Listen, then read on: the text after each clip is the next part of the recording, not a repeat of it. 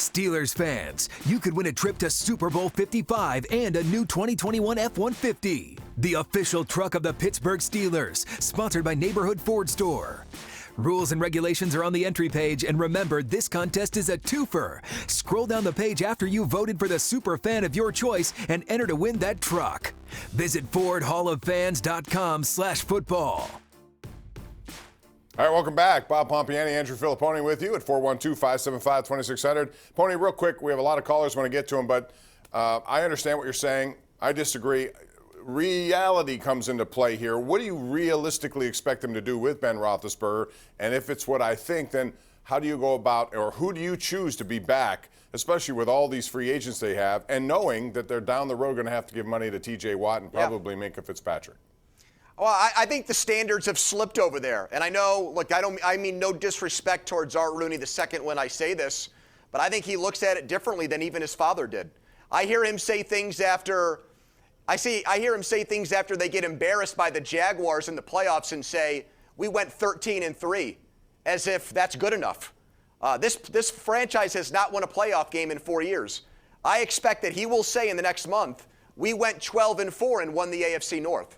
And I think that'll be their way. Because, look, if Ben's back, Randy Fichtner's back. I don't see any way they ask him in his 18th year, here's an offensive coordinator from outside the organization, and I don't think he wants to run Matt Canada's offense based on the way things changed after 3 or 4 games this year with the jet sweep and all the motion stuff that went away. So honestly, Bob, I don't expect very many changes. If Pouncey retires voluntarily, well, then that would be one. But I don't think they'll push him out the door. I don't think Villanueva will be back in free agency.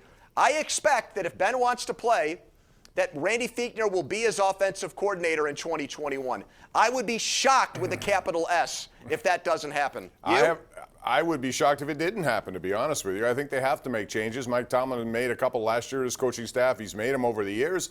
I think in this situation you kind of have to for directional change on how things are going. But listen, I think Roethlisberger. How do you teach an old dog new tricks? Most of us agree right now that he's the guy who's going to end up calling plays, especially as the game goes on.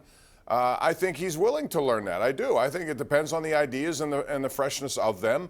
As a 38 or 39-year-old, sometimes that's a good thing to happen to you. So these are all things we're going to find out more. I'll just get a shameless plug for you. We have the Mike Tomlin press conference tomorrow at noon on CW. And I'll be watching. Tune in. And it's going to be interesting. I suspect he won't say a whole lot because normally in these situations he's not going to give it up, and then in time you'll find change. But it's going to be fascinating with all these players coming and going, who stays, who doesn't. Some people think about franchising Juju Smith-Schuster, Andrew. If you do that, it's going to cost more than the Dupree's franchise tag. There's no way that's happening. Nope.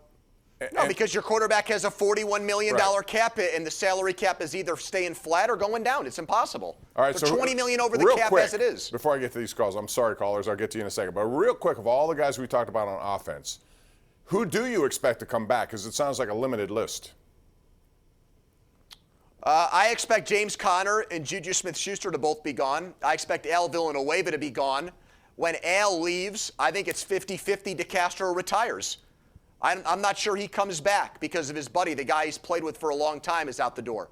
I think Banner will be back as either the right tackle or maybe left tackle, even though that's not his favorite position.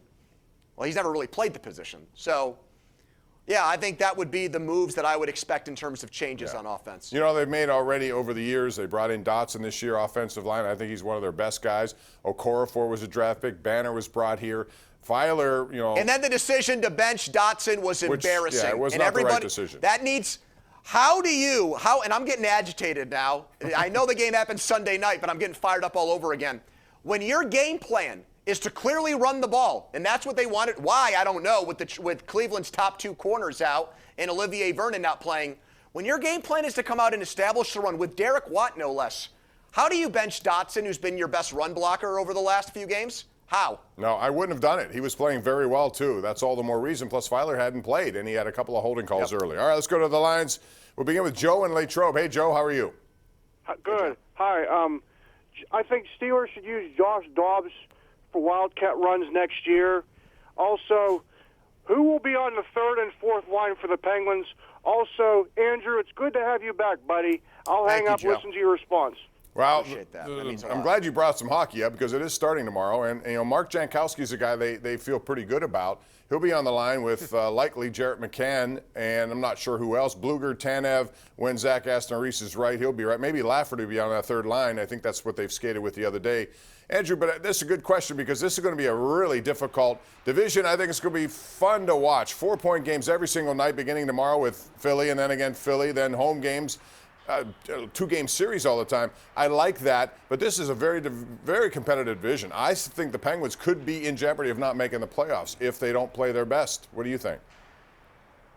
Well, they didn't get better this offseason. And Jim Rutherford has already said that he thinks, given travel bans and things between the Canadian and American border, that he thinks trades are going to be even harder to make in season. So, I don't know. I mean, I want to be optimistic. I want to fall back on as long as you have Sidney Crosby and Evgeny Malkin, you have a chance, Bob. But just like the Steelers and Ben Roethlisberger, how many times can you continue to say that after playoff disappointments? You get swept by the Islanders, you get beat by Montreal. Where did they get better this offseason? They got a little bit younger. But on paper, are they a better team? When Kapanen comes there and he's ready to play, I think he will be an asset to that first line. And I also think that he's got the speed. I think Zucker fully here all season as opposed to when they picked him up will help. But you're right, they didn't make any big changes, whereas a team like Buffalo, which is a surprise team for me, I think they're going to be better than most people think. They went out and they got pretty creative. How about the Rangers youth movement? How about all the talent they're infusing in there? I mean, they were good last year. They're getting better. But Buffalo's a team to watch out for. They brought in Taylor Hall. You know, they have Skinner on that team already, Jack Eichel on that team. They brought in Eric Stahl, an experienced guy there. They have a lot of good pieces on Buffalo's team. And Boston is what they are, although they're injured to start. All right, sorry, enough of that. Let's go to Faith in West End. Faith, how you doing? Hello. Hello, Faith. Go ahead. Hi, Faith. Hey, Bob. Hey, Andrew. How are you guys? We're good, thanks. I have two questions. First question I have is, did they pay Ben when he was off for that half a year or a year with getting surgery or whatever? Oh, yeah. I mean, when you're in season and you get injured, you get paid for the full season. Okay. But that's true with everybody. Okay, so do you think that people are standing in line to pick Ben up if they let him go? Like he's done. Well, listen, I saw halfway through this season, Faith, a lot of people had him as a competitor for the MVP of the league, and I think it came with merit. I don't know what happened in the second half of the season, Andrew, and thanks, Faith, for the call, but, you know. Age and attrition. Okay, maybe so, maybe not. I also, and I'm going to bring this up because I think it is, we talk about how the offseason didn't matter, how preseason games didn't matter. I think sometimes you may look back, and I heard another NFL player talk about this, that all of that affected conditioning to a lot of teams. And he wasn't mentioning the Steelers specifically, but he said it had an impact.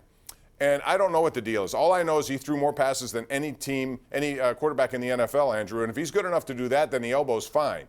And I also saw enough velocity in the second half of each of the Colts game and what I saw last week to make me think that he still has zip in the arm. So I don't know what to think of it right now. I really don't. I just think they pass too much. They need a solid run game to enhance anything they do. It makes it easier on the quarterback.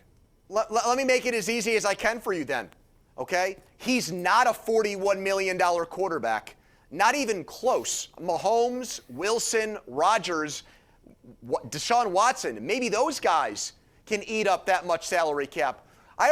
We've had people call us and say, well, look at some of the guys that have won Super Bowls. Nick Foles won a Super Bowl in Philadelphia. They're not great quarterbacks. Touche, they're not. But they weren't eating up $41 million against the cap.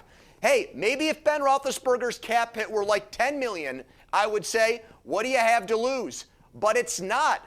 I'm pessimistic about what he's got left in the tank. And the cap hit is literally, this is not an exaggeration, the biggest in the entire NFL. All right, that's something you blame on the Steelers and their management, not him. They kick the can down the road a lot, and they do that. It's part of the practice. It catches up to you. It always does with not just them, but other teams around professional sports. We got to go to a break, but before we do, our Tri-State Office Furniture Tweet of the Night, and this is a sad one. Andrew, I don't know if you knew Tim Lester. I did. I knew him pretty well. He did a lot of stuff with us on our shows when we had the Jerome Bettis show here. And he passed away today, and Brenson Buckner tweeted this: rest in power. One of the truest teammates ever, Tim Lester. One love. And Tim Lester, known as the bus driver. Everyone who followed Jerome Bettis knew about Tim Lester and what role he played, but he was a really good person too. Someone got involved in the Pittsburgh community, and today, tragically, he dies at the age of 52. Rest in peace, Tim Lester.